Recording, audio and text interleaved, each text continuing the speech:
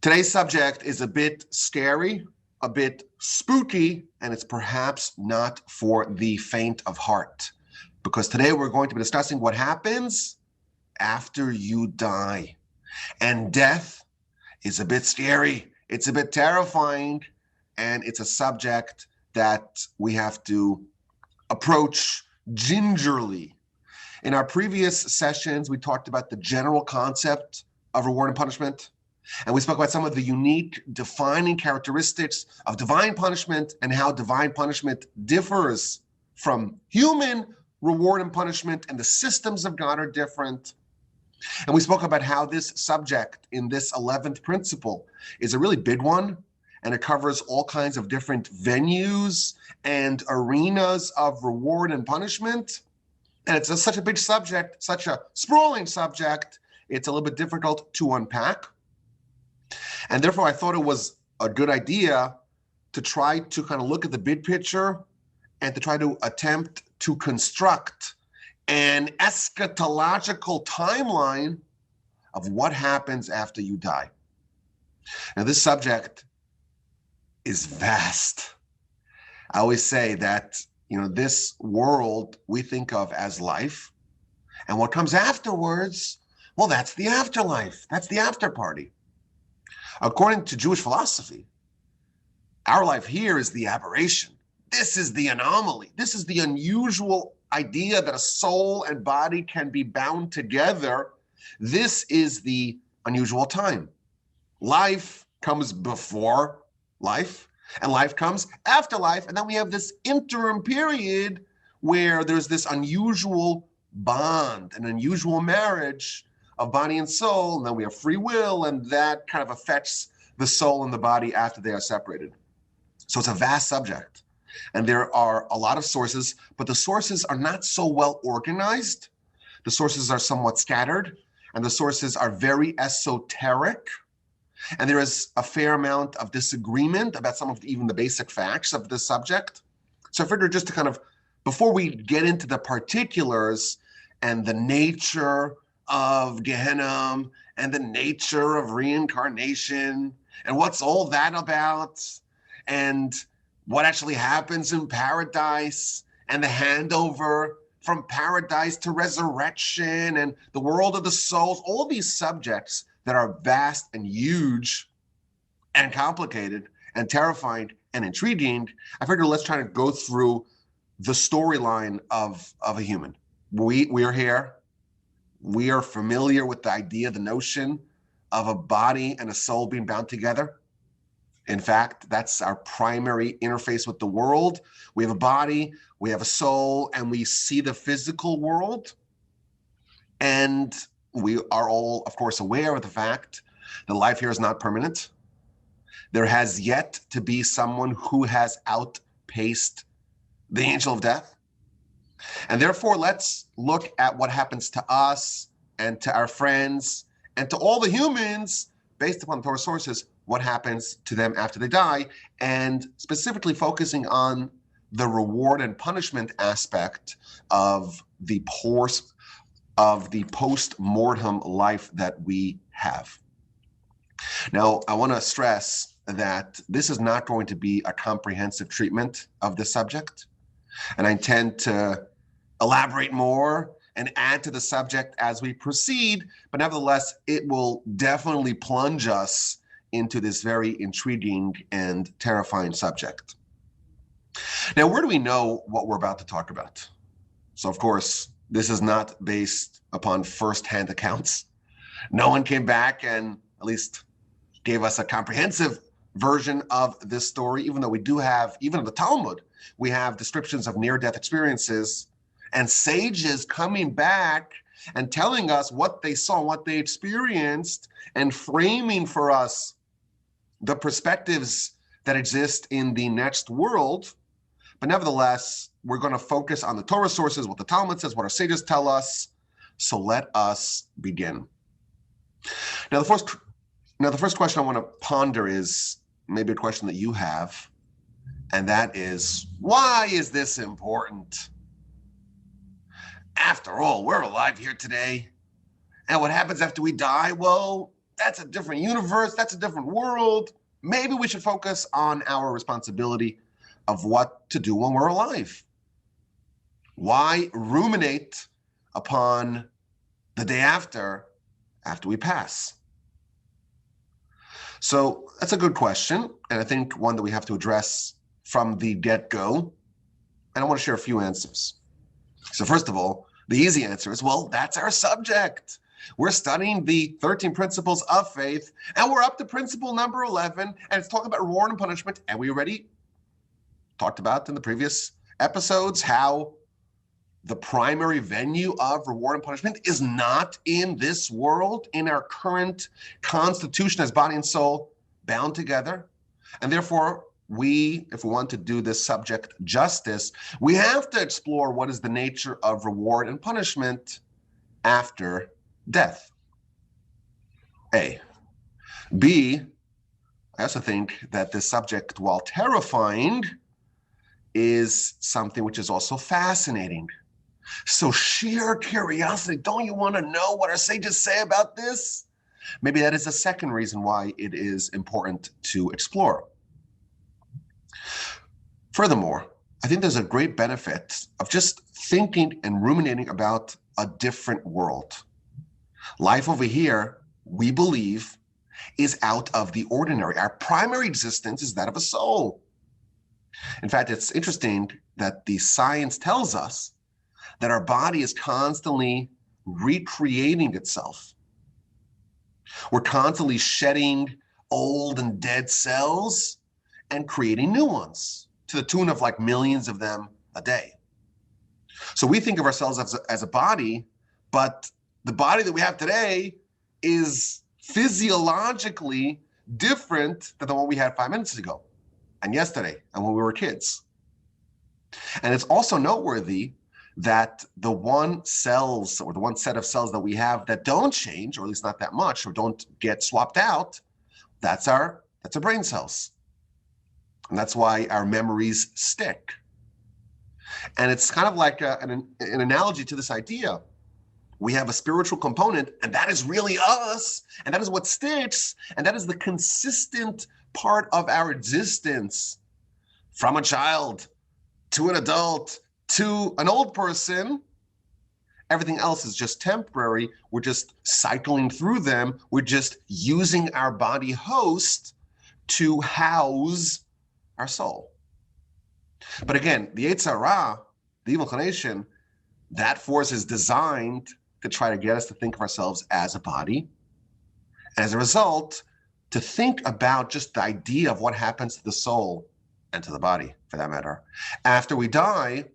That is a very helpful reframe to kind of orient our perspective with that of the Torah. Our sages tell us that it is a very good idea to remember the day of death. Of course, the verse in Ecclesiastes tells us it's better for you to go to a funeral, to a house of mourning and bereavement, than to go to a house of celebration. Celebration is great, but it doesn't get you thinking as much as going to a funeral and witnessing the temporality of life as a body. That is a transformative experience. It's better to spend your time thinking about that than thinking about the joy and the jubilation of life here.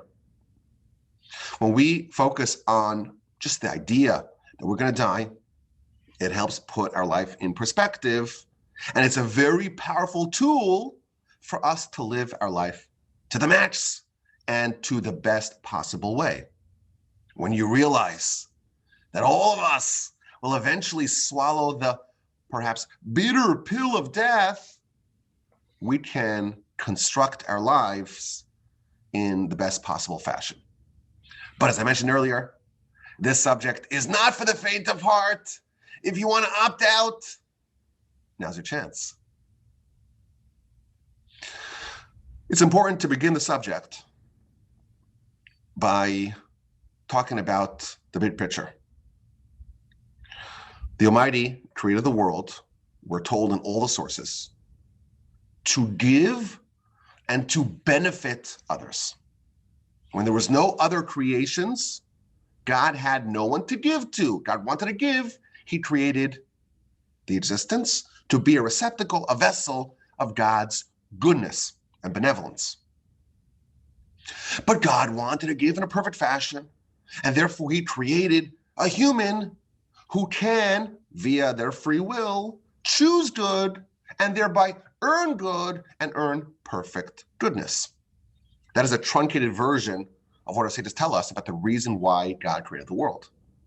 When we look at what happens after you die, it's important to remember that everything that happens, the overarching objective of all the terrifying things we're going to read about and learn about, the overall objective is for the benefit of mankind, and to best prime and position the person to be worthy of great reward and divine goodness.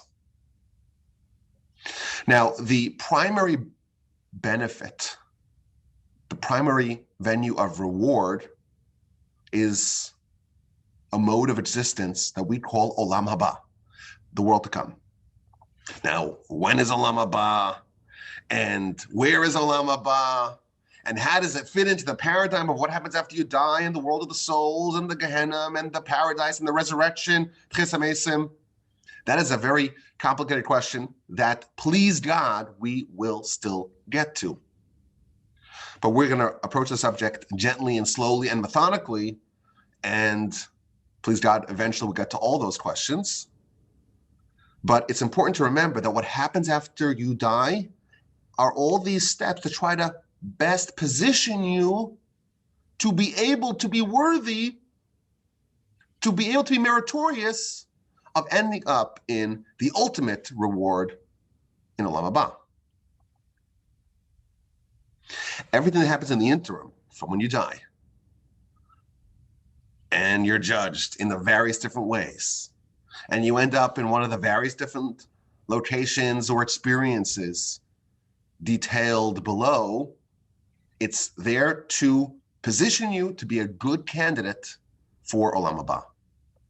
In that framework, let's discuss the question, what actually happens after you die? And of course, the best place to start is not with what happens after you die, but with what happens before you die. And what happens during death? What happens when you die?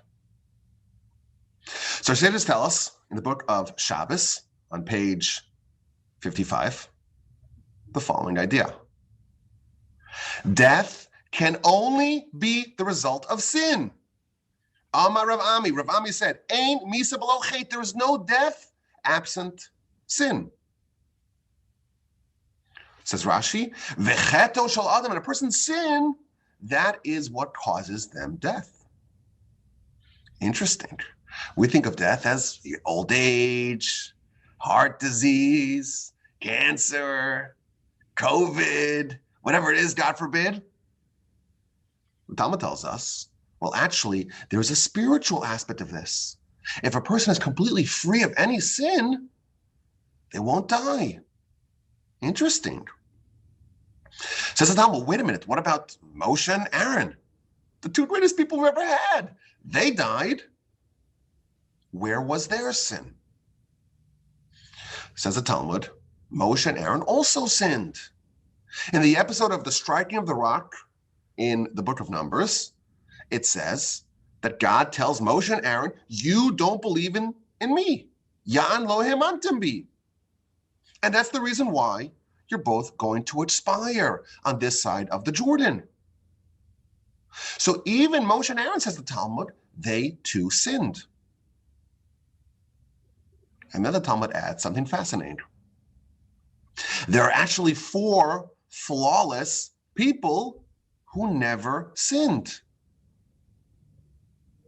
And they are Benjamin, son of Jacob, Amram, father of Moshe, Jesse, Yishai, the father of David, and Kilov, the son of David. So how did they die? If there are 4 people on record the flawless four who never sinned, how could he tell me that death is only the result of sin when we have four people that never sinned? Says the Talmud, four people died thanks to the counsel of the serpent. The serpent gave bad advice to Adam and Eve to eat from the fruit. And unfortunately, or fortunately, depends on your perspective, Adam and Eve, in fact, capitulated. By doing that, they condemned all of humanity to die. Meaning, and this is, of course, a very advanced idea, Adam and Eve, by sinning, they made sin, so to speak, endemic or ever-present within humanity, and therefore someone could die either as a result of their own sin, but if they have no sins of their own, then they die of sin, so to speak, that relate to Adam, thanks to the counsel of the serpent. So there's a few amazing ideas here that we have to draw out, just tangentially. First of all, there's an amazing concept of free will. We think of, humans, we have such bad tendencies and everyone makes mistakes. But we believe in a concept called free will. We don't believe that sin is a fait accompli. It's possible, though extraordinarily rare, it's possible to never sin. And we have four people on record that never sinned, which is, again, a life-changing idea. This is not all set in stone. Corruption and wickedness and violation of the will of God is not set in stone. There are four people, again, out of hundreds or 100 and something billion people. It's a very small percentage. It's a tiny percentage, but we do have four people on record that never sinned. What an interesting idea. Moreover, I think another takeaway of this Talmud is that if someone does sin and they repent from their sin or from their mistake, maybe is a better word to say, then they too can be included in the flawless four. How do I say that? How do I know that? Because the Talmud tells us that Amram, the father of Moshe, did make a terrible and grievous blunder. The Talmud says that when Pharaoh made the decree that all male boys are thrown into the water, in Exodus chapter 1, Amram divorced his wife, Yocheved. And everyone saw Amram, the greatest person of the generation, do that. And they said, I'm going to do the same thing myself. So everyone else divorced their wives. And then a 6-year-old girl changed the course of all of Jewish history. And that is Miriam. Miriam is the 6-year-old daughter of Amram. And she tells her father, you are worse than Pharaoh. You think Pharaoh's a terrible guy? You're worse. Why? Because Pharaoh only decreed on the males. You are decreeing by separating husbands and wives, and by separating husbands and wives across the nation, you're decreeing against males and females. Pharaoh wants to destroy them in this world. You, by preventing people from being born, are destroying them in this world and in the next world. And Pharaoh, we don't know if his decree is going to be fulfilled, but you're a righteous person, your decree will be fulfilled. So Amram, course corrected. He remarried his wife, and everyone else remarried their wives. It seems like Miriam had a good point. She told her father that you did something that's worse than Pharaoh. Amram was not mistake-free, but he fixed it. He repented. He course corrected. He wasn't mistakeless, but he was still sinless. A mistake that is fixed is not a sin, evidently from this Talmud. Now you could ask the question, what about Moshe and Aaron? Moshe and Aaron, they certainly repented from hitting the rock. How come they're not included in the flawless four? The answer to that is that there are certain kinds of misdeeds that can only be fixed after someone's lifetime has concluded.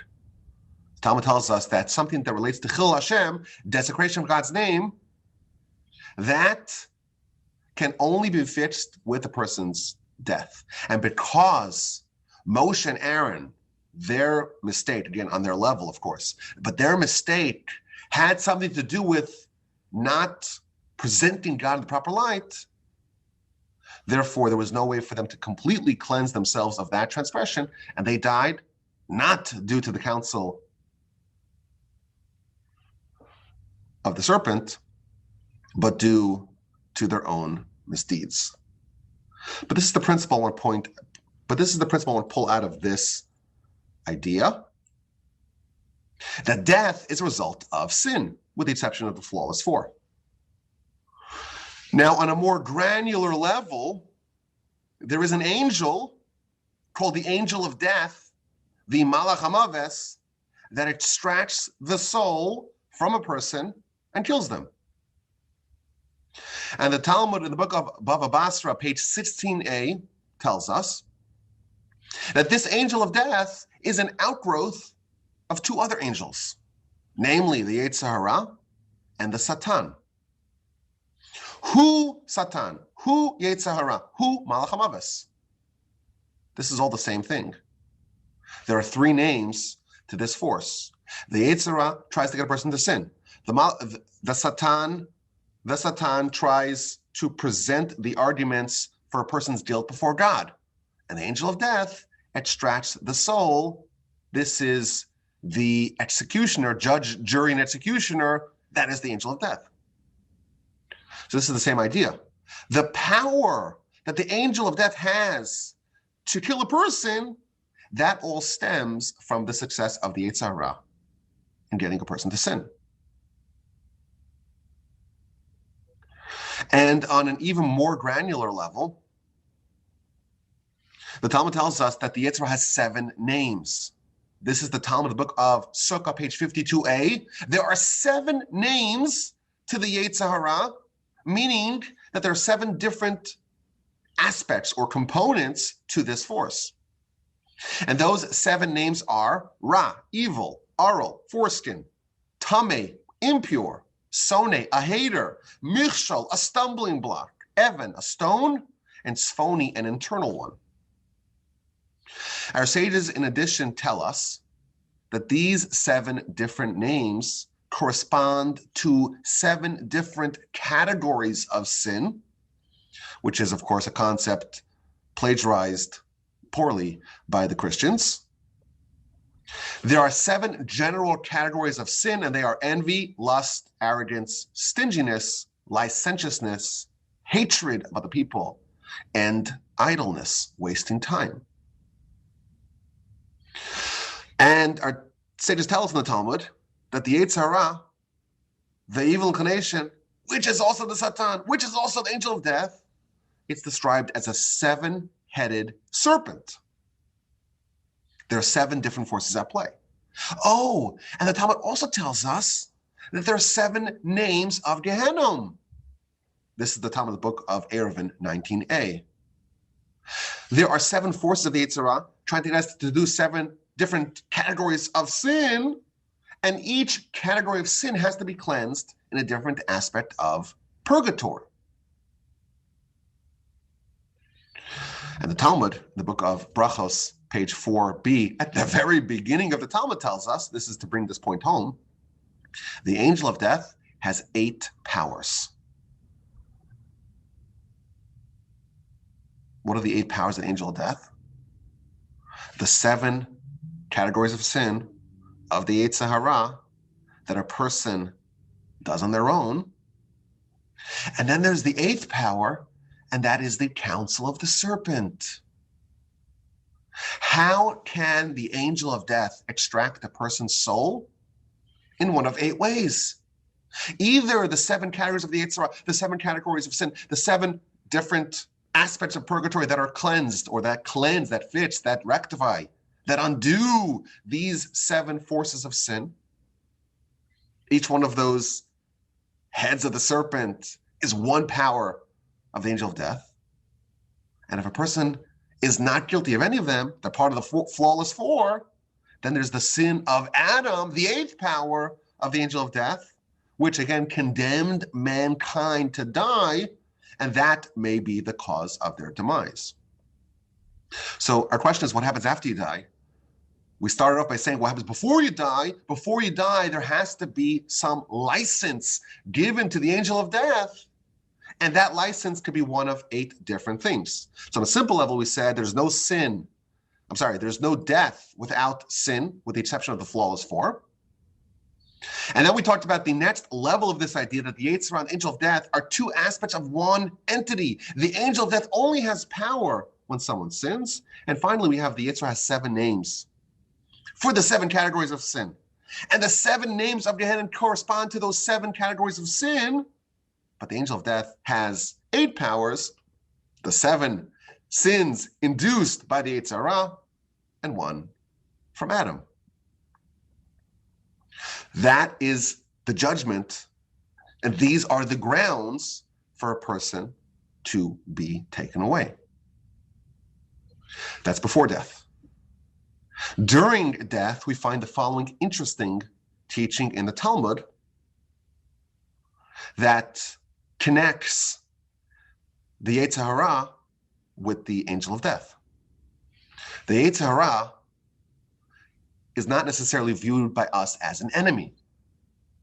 In fact, we actually adopt the agenda of the Yetzer Hara in our lifetime. The Yetzer Hara says, oh, pursue this and pursue that. We think we want it. We view the Yetzer Hara as our friend. He's helping us fulfill our desire for pleasure in this world. He's helping us pursue our goals. At the moment of death,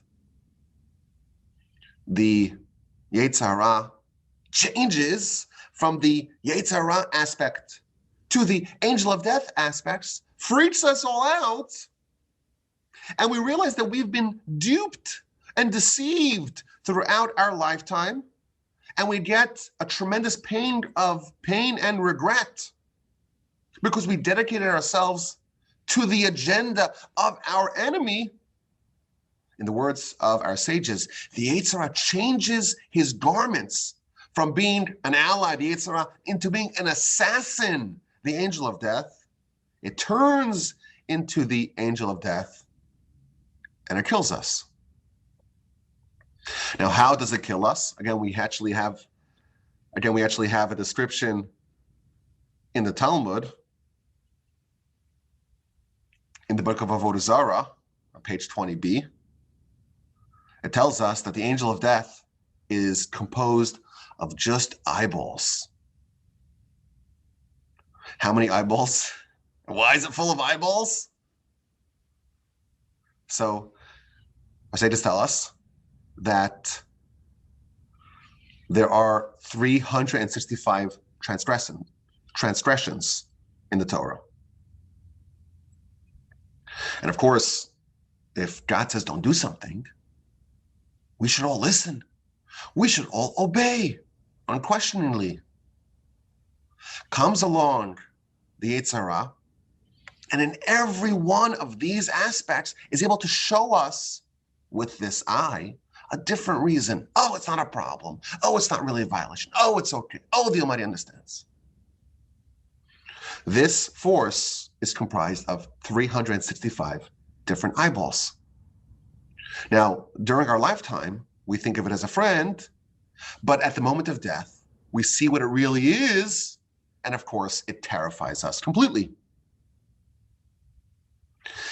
At the moment of a person's death, this angel, says the Talmud, stands above his head,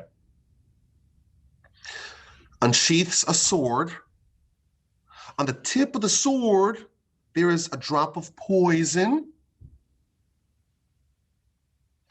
And when the patient sees the angel of death, says the Talmud, they get so shaken up and terrified that they open their mouth, and the angel of death flings the drop of poison into their mouth, and from that, they die.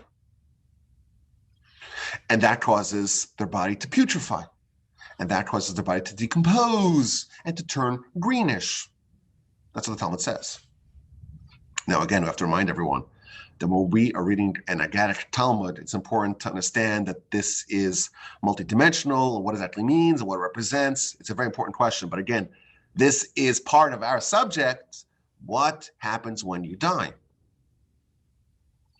Now, how does a person process this? What does death feel like? So the Talmud tells us that it really depends. The degree of righteousness of a person determines how they process death and what it feels like to them. The Talmud tells us that there are 903 different kinds of death, different kinds of experiences when a person dies. And the worst one of them is askara. And askara feels like trying to disentangle and pulling thorns from a tuft of wool. And the best kind of death is neshika, and that's like separating a hair from a glass of milk, gliding it seamlessly and smoothly away. Death is separation of body and soul. The degree of difficulty of separation of these two opposites is that degree is determined by how enmeshed they are with each other, and what the nature of the body is and what the nature of the soul is. And therefore, a person who lives a very righteous life and makes sure that their soul does not become contaminated and doesn't become corrupted and doesn't get sullied and dirtied by sin, and make sure to keep the body at bay, the removal of those two is smooth, is painless, is seamless. It's simple. The wicked person who has allowed their soul to get mangled by sin, someone like that, their body and their soul are so helplessly entangled, to separate the two is a nightmare. I want to point out that the mechanism for how the soul actually leaves the body is featured in a chapter in my upcoming book. But again, on a simple level, we have separation of body and soul. When we are alive, we're a fusion of body and soul. That's the human who's alive. And then death is the undoing of this bond and the separation of the two into distinct parts. The body goes to where it came from. The soul goes to where it came from. Now, on a more granular and nuanced level, we think of death as the body expiring and then the soul leaving. It's actually the opposite. The soul leaves, and the soul, which was the animating factor of the body, if that's removed, the body becomes, as they say, a paperweight, a useless hunk of flesh. Not just useless, it's a liability. It starts to putrefy, it starts to decompose. The soul is what gives life, what the Almighty contributes, so to speak, into the concoction of mankind. The Almighty withdraws it, and the body is now useless. So when we talk about death, it's important to stress that the nature of death and how it's processed, it's not uniform. The nature of a person's death is a direct result of what kind of life that person led. What's the condition of the body? What's the condition of the soul? And how much are they interwoven and entangled in each other? That will determine how difficult and how painful death is. When a person sins, they are linking their body and their soul. And the more a person sins, the more the soul becomes sullied and entangled, and the more difficult it is to separate the two. When a righteous person dies, their soul has been preserved in its purity, and it is seamlessly separated from its body host in a painless fashion. So that's the description of death. What happens next? What happens after death? So again, we mentioned this earlier, but the verse tells us that the dust returns to dust, and the spirit returns to God. The body goes to where it came from. The soul goes to where it came from. The soul, a person's consciousness, remains as it did earlier, but it's actually more heightened. As the period of death gets further and further away, the soul and its focus and its consciousness gets further and further away from the body. The soul, right after death, actually has acute awareness of the death of the body and what the body is undergoing. And as time progresses, the soul distances itself further and further away from the body. And there are all kinds of milestones. You have from the death and until the funeral, from the funeral until the burial, and then the eulogy. The eulogy, in fact, the Talmud tells us, may serve as an indication as whether the person is a good person, or a righteous person, or a wicked person. And there are various stages of the burial. And then there's the 7 days, the Shiva period, and there's the 30 days, the Shloshim, and then there's the 12 months. The soul and the body are gradually separating from each other, and the soul is moving on to the more ethereal realms. Right after death, the soul, the dismembered soul, sees exactly what is happening to the body. It's still very closely associated with it. And the soul, in fact, is quite fascinated with the body. It's able to see it from the outside. Our sages tell us that the soul sees the friends and the family crying and mourning. Right after death, the soul's focus, the soul's attention is primarily on the body. Autopsies are a terrible idea because it's extremely painful for the soul.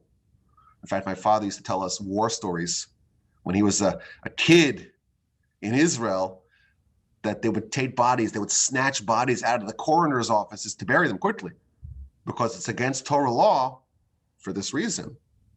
It's against Torah law to do an autopsy. It's a very painful experience for the soul. Why would you do that? Similarly, cremation, it's the worst experience for the soul. I always advise people that if their family members want to have a cremation, it's a good idea to violate their request. Don't give them what they want. Have mercy on them and don't listen to them. Why would you want them to endure such a painful and torturous experience? The Talmud tells us that the soul hears exactly what everyone is saying about it. And there's a question in the Talmud. When does that end? Does it end when the body decomposes? Does it end when the body is sealed in the coffin, when the body is sealed in the grave? It's not so clear. But the body is still hyper aware of what's happening around it. But the soul is still hyper aware of what's happening around it and the body.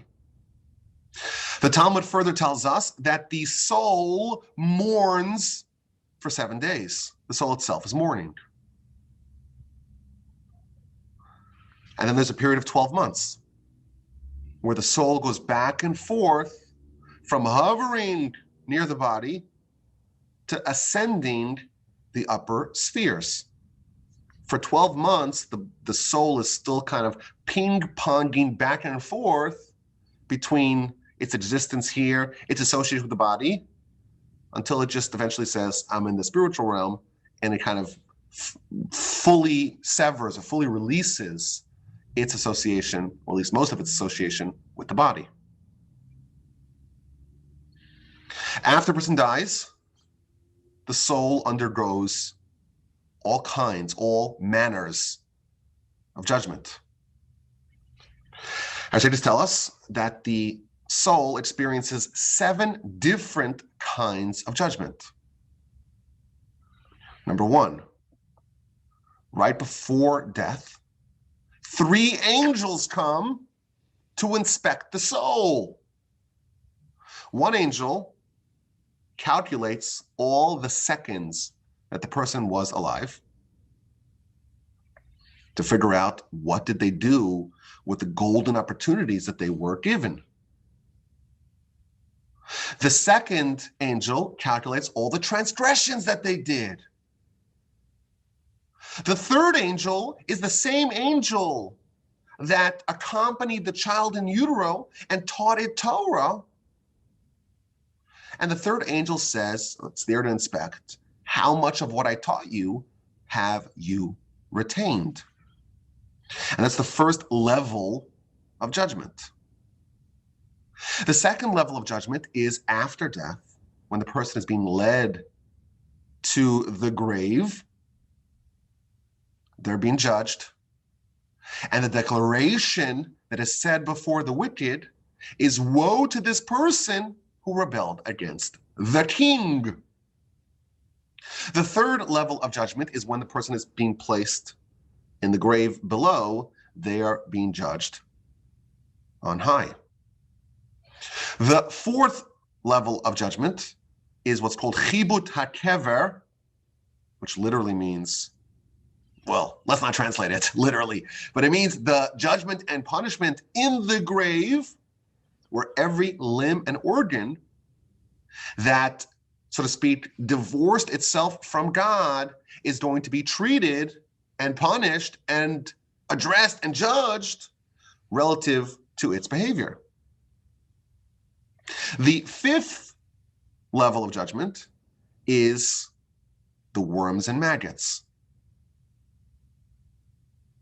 that are nibbling on a person's flesh.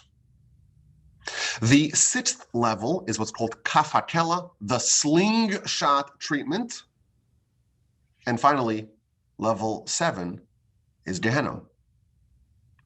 Now, what happens in the grave, the thing I didn't want to translate, essentially, we could translate. We call it the beating of the grave. There are some very scary descriptions. And again, I warned you, this is going to be a little scary.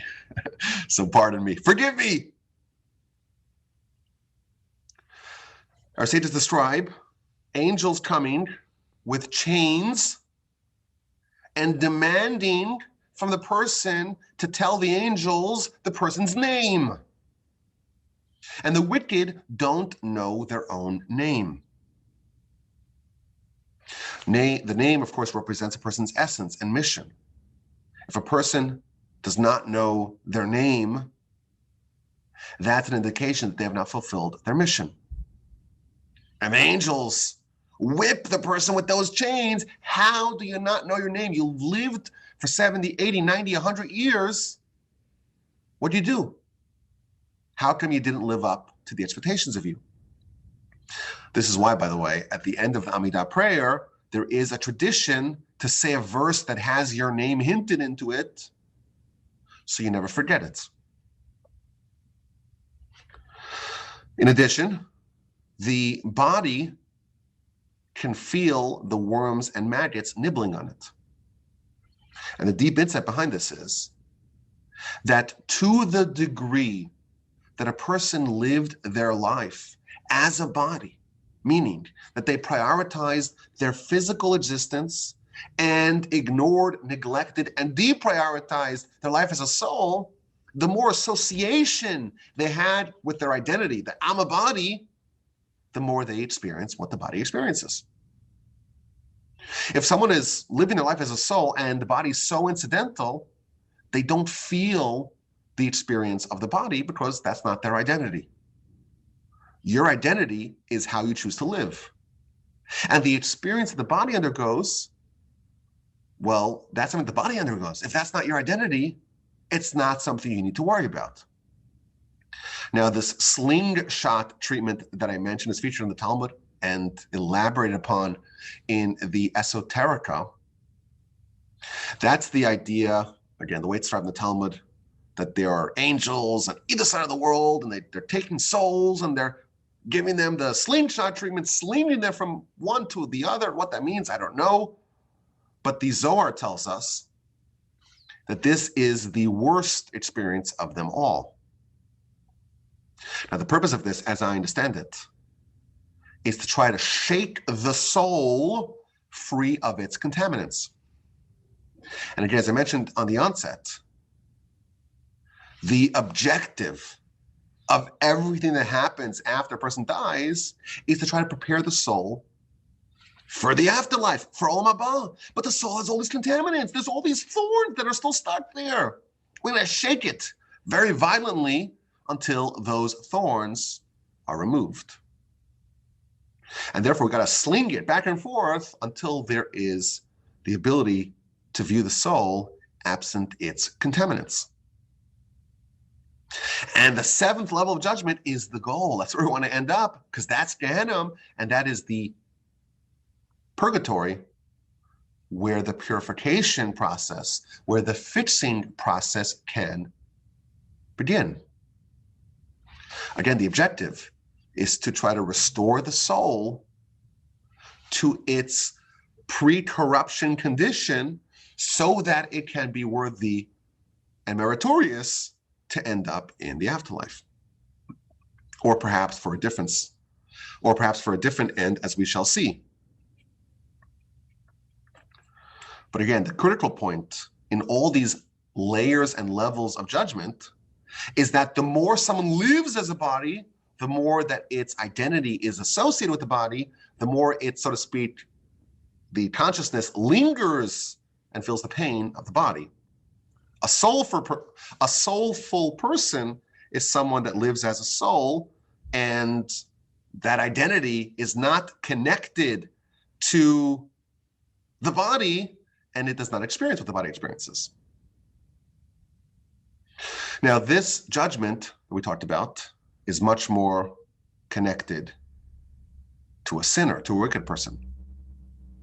A righteous person experiences these times in a very different fashion. After a righteous person dies, we're told that they actually encounter the forefathers, Abraham, Isaac, and Jacob. And although they experience all these junctures of judgment, if they are righteous, it's an easier and more pleasant experience. Now, the Talmud tells us that the Gehenna, that the purgatory, has three entrances. One in a desert, one in a sea, and one in a city.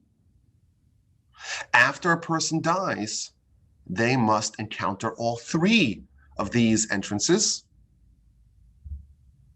They are going to experience or encounter these three entrances, and they have to be inspected as to whether or not they need a cleansing of this, that, or the other variety of purgatory.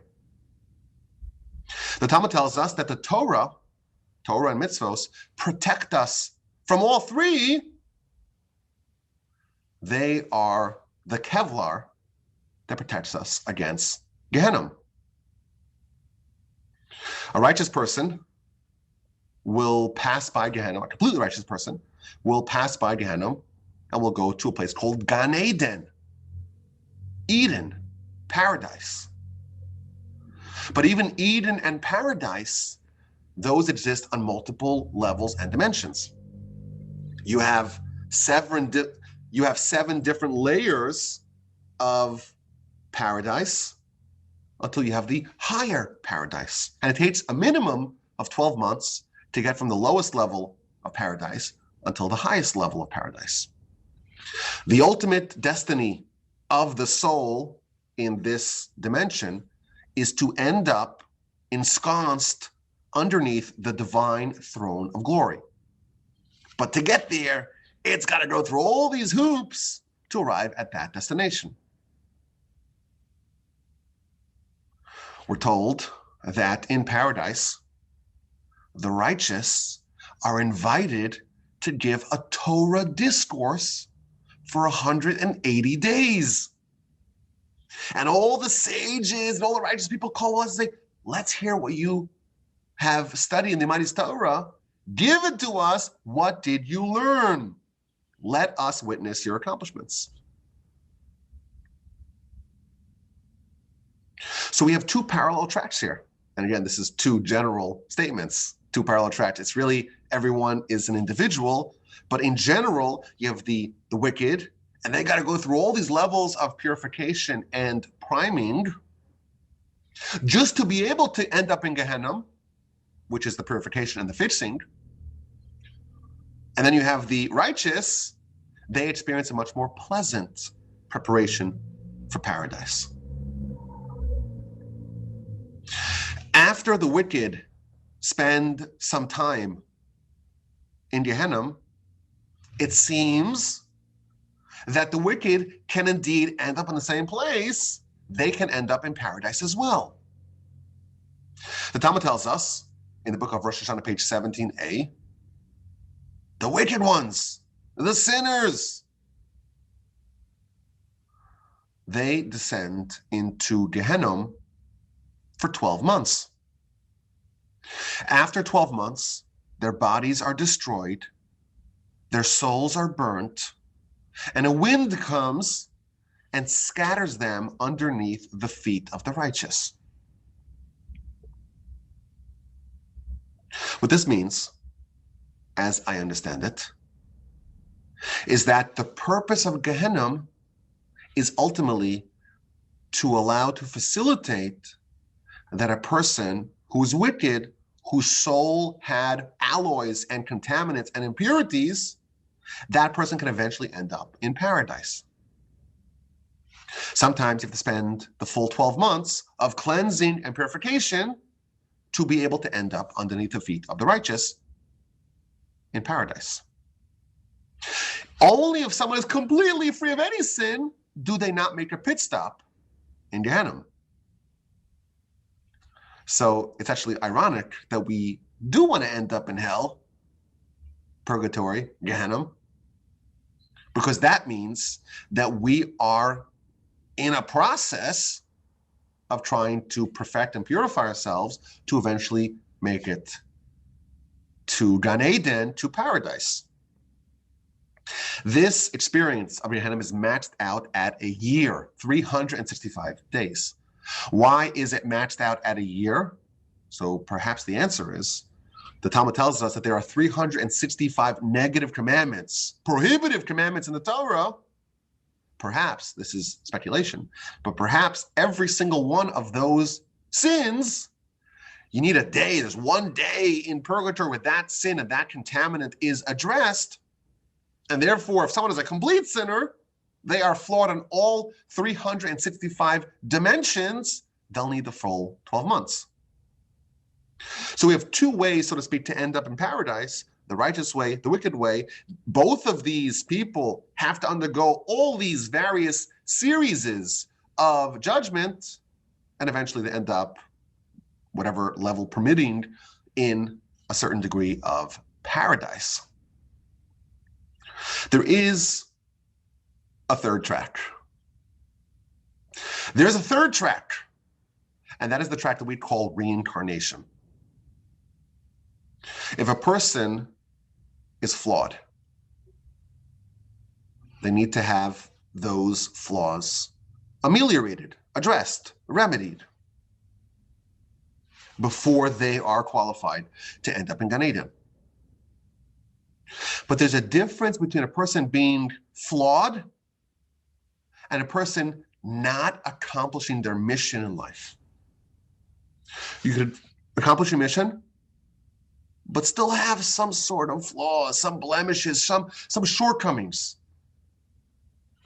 That person has to be cleansed and purified, remove those flaws and shortcomings so that you can end up in the next stage in the paradise. If a person has completely not fulfilled their mission, they need to go back. They need to be returned to the world of action, to this world, so that they could finally finish and accomplish their task in life. So perhaps we can say broadly, after someone dies, they could end up in one of three general buckets. And of course, there are more buckets as well, but generally speaking.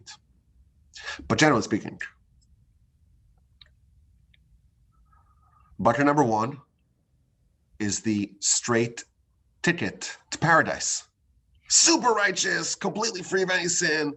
Straight there. The forefathers will accompany you to your spot, and eventually you'll end up on the higher levels of paradise, ensconced underneath the throne of God. The next general bucket, well, that's purgatory. You have accomplished your mission. You have some flaws. Let's power wash you. Let's cleanse you. Let's remove those contaminants and alloys. Let's fix those minor problems so that way you can end up in the place that you need to go. And finally, we have the third bucket, and that is where you need to be sent back because you have not yet done what you need to do. Now, again, this is a huge subject. Really, all of them are.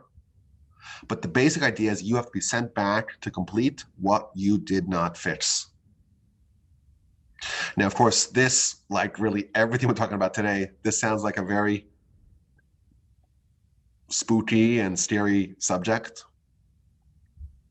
But at its core, it's a very heartening concept. What is the reason why we have the concept of reincarnation? You are being given a second chance. You have to fulfill your mission. Your soul has to do something in order to arrive at its perfected state, in order to eventually end up in Olam Haba.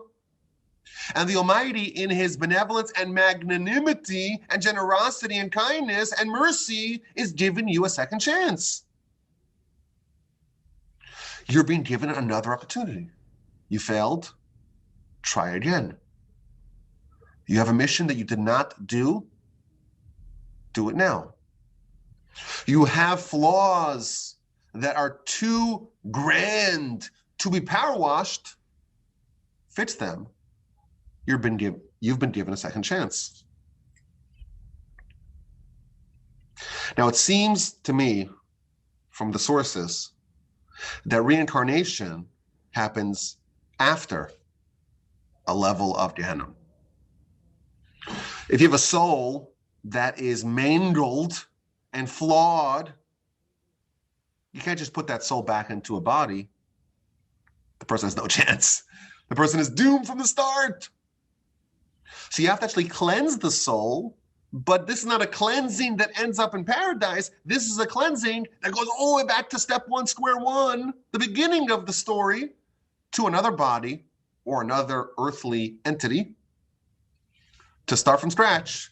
Can you do it in your second chance or third chance or even perhaps fourth chance? If you don't accomplish it in your fourth chance, that's it. 4 strikes and you're out.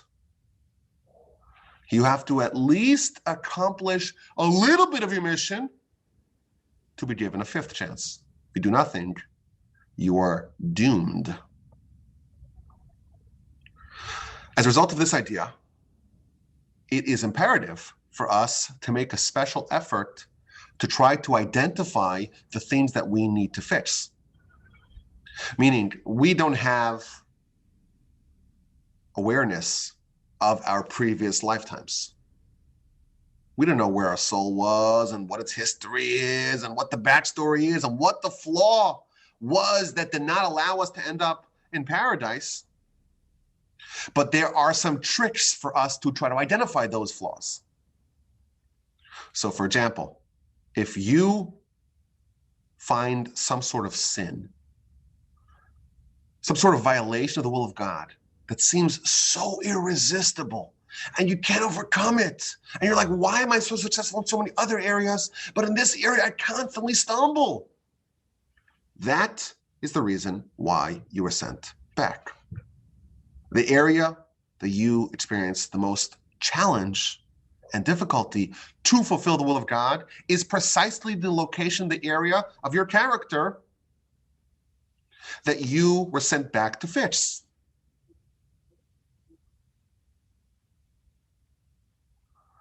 We're given a second chance, and a third chance, and a fourth chance, and perhaps even a 5th chance. and so on. But even though someone's given a second chance, it seems likely that when you fix it, the second, the third, the fourth, the fifth go-round, there is a bit of an erosion of the power of the soul, and your soul, whatever this means, shrinks in its capacity in each successive round. Think about it. If the soul comes and it's all mangled, got to fix it, you're shaving off little parts. It's a smaller soul, so to speak. Of course, these are terms, these are usages of terms that don't really fit to the spiritual paradigm, but the soul is going to be limited if it was, so to speak, infected round one. Round two, it's going to be a weaker soul.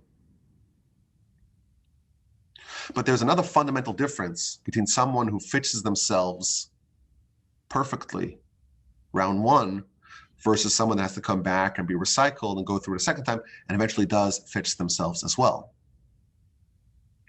Do you remember the Talmud we mentioned earlier? I know we mentioned a lot of Talmuds, but listen to this one. The Talmud says that the wicked ones, they descend to Gehenna for 12 months. And after 12 months, their bodies are destroyed, their souls are burnt, and a wind comes and blows them underneath the feet of the righteous. That is the Talmud we mentioned a few minutes ago.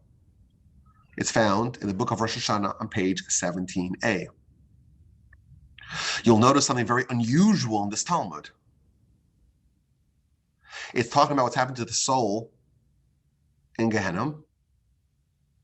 It's there for 12 months, but it also mentions that their bodies are destroyed. You spend 12 months in Gehenna, it's not your body, it's your soul. Why is the result of 12 months in Gehenna, why is that affecting your body? It seems really strange. So sages tell us something very deep. Even paradise, that is not the ultimate goal. The ultimate goal is Olam Haba, a subject that we will, please God, discuss at length. Olam Haba comes, at least apparently from the sources, but like I mentioned earlier, a lot of these subjects are subject to great dispute. But Olam Haba is the world that comes after the resurrection. Someone's resurrected, body and soul reunite. Isn't that strange? The soul's cleansed, the soul's in paradise, the soul's ensconced underneath the divine throne of glory. And then there's resurrection. Body and soul are reunited. Is the body intact? Is the body fully operational in Olam Haba? The answer is it depends. If someone was a complete tzaddik from day one, then yes. If someone had to go through many rounds of reincarnation and purification and Gehenna, then their body is destroyed. They spend 12 months in Gehenna, the body is destroyed. Meaning their body which comes back for reincarnation, I'm sorry, let me repeat that. Meaning that their body that comes back for resurrection is not a complete body. Perhaps we can say, this is the age-old question about reincarnation. Suppose your catalog of bodies is 10 different bodies over the course of 2 millennia. Again, this is all spitballing. None of us really know this. We can't really identify the history and the transmigration of our soul and which body do we have in the previous go-around, even though we may have some premonition. But suppose, just again, for argument's sake, you've had 10 different bodies, eventually you fixed it, you ended up in paradise, you come back. Resurrection. The bodies and souls are reunited again. Which body is your soul associated with?